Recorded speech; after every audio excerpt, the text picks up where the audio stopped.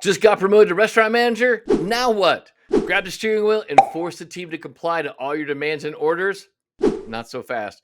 Before you jump in all crazy, let's talk about the 3 big problems new managers have and how to fix that.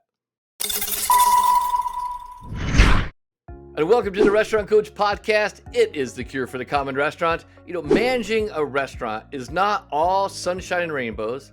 Quick disclaimer, if you think it is all sunshine and rainbows, then please seek mental help immediately because you suffer from a condition called delusion.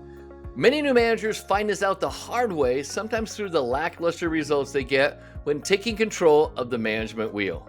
If you find yourself in a new management position, take notes. And if you're watching this video for a friend, you should take notes and pass them along. Just remember that awareness precedes choice and choice precedes change.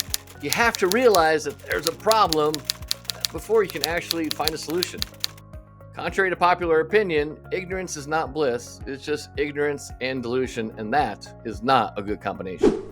Restaurant success as a manager isn't really complex. Success does leave clues, and so does failure.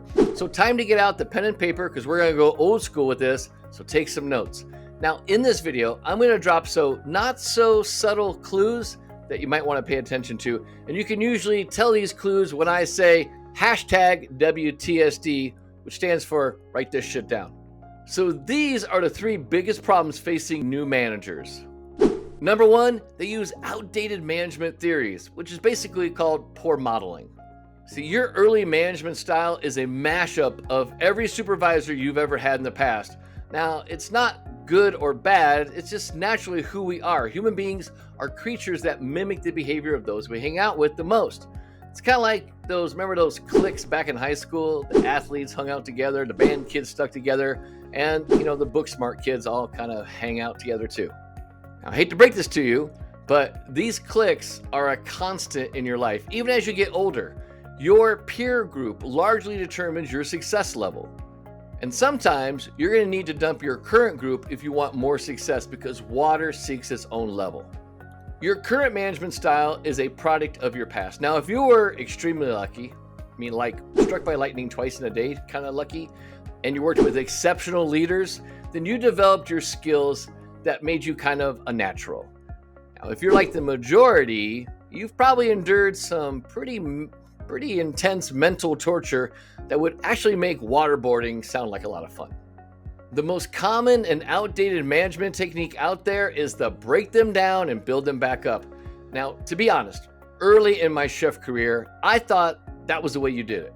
Because I learned this technique from the chef I worked with in high school, which was my father. He was a master of the break you down mindset. He just wasn't really good at putting people back together, which is how most managers kind of operate. And I always wondered, how come we had so many new people working at the restaurant? Now, his common reply would be that, they just weren't good fit for the team. I'd have to say that delusion is a powerful mental drug that keeps us stuck in average. Here's a solution. If your go-to tool for whipping your team into shape is using the break them down, build them up mentality, stop immediately. You're not building a better team. You're actually tearing the team apart. Now, when I started to see a mass exit from the people on my team when I was a young chef and restaurant owner, I kind of had a long talk with myself about getting better results. And honestly, I never liked it when my father did it to me, so why was I doing it to others? The answer? It was the only management technique I knew. So I dropped that outdated tool and I picked up a few new ones like coaching and mentoring. #WTSD. You can hold up the standards in your restaurant without being a jerk. You can be firm without insulting people. You can be a leader and not an asshole.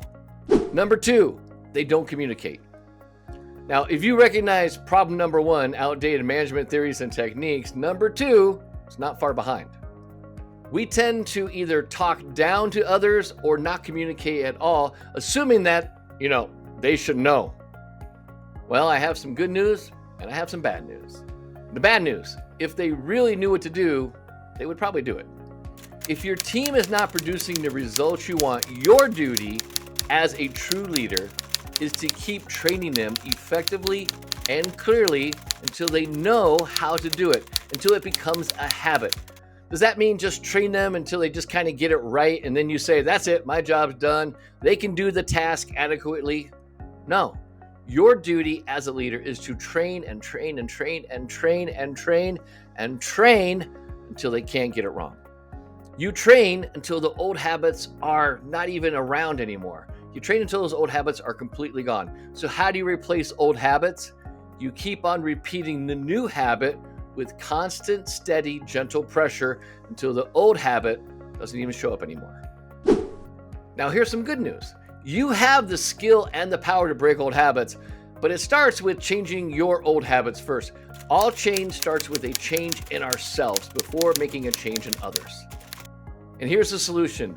Up your commitment to communicate more directly to your team.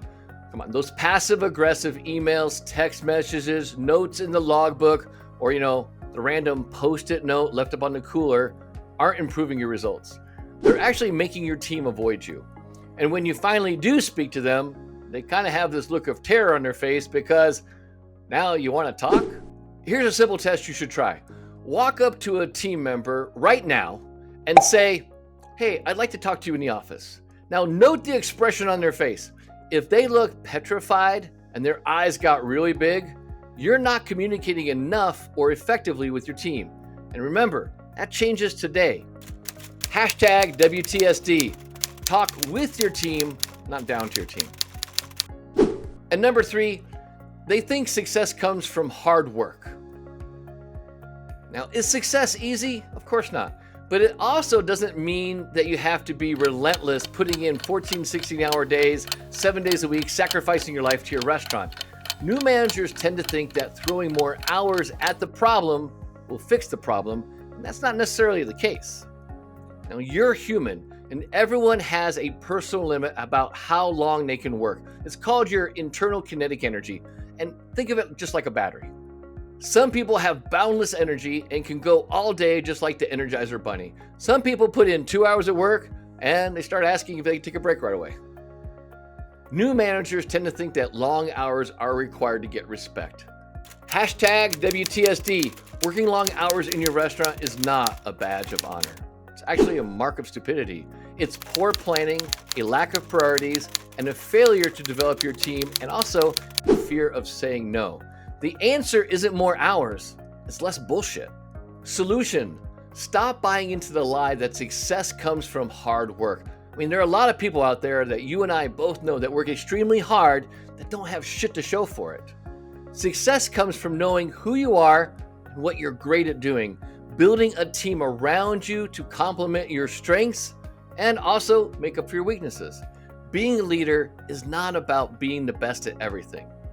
It's really about being the best at what you do the best. I mean, seriously, if you suck at spreadsheets, hire someone who loves spreadsheets and turn them loose on those things. Stop wasting time doing things that do not meet these 3 criteria. Number 1, does it make you a better person? Number 2, does it make your team better? And number 3, does it make your restaurant better? Remember, restaurants become better when the people in them become better people, when they improve. And that starts with you as the owner, operator, or leader. Don't wait for things to happen. Take action, and you gotta make them happen. You need to become the leader that your team deserves. Now, if you want to learn the secrets to restaurant success, I'm offering viewers of my YouTube channel free access to the 3 Frames to Thrive series. It's over 3 hours of training that's going to show you 3 foundational frameworks that I teach my private coaching clients on how to make more while working less in the restaurant. Just head over to 3frametothrive.com and sign up now. Hey, make sure to hit that like and subscribe button before you go. And in my next video, I'm going to share my 5 tips to win the menu pricing game.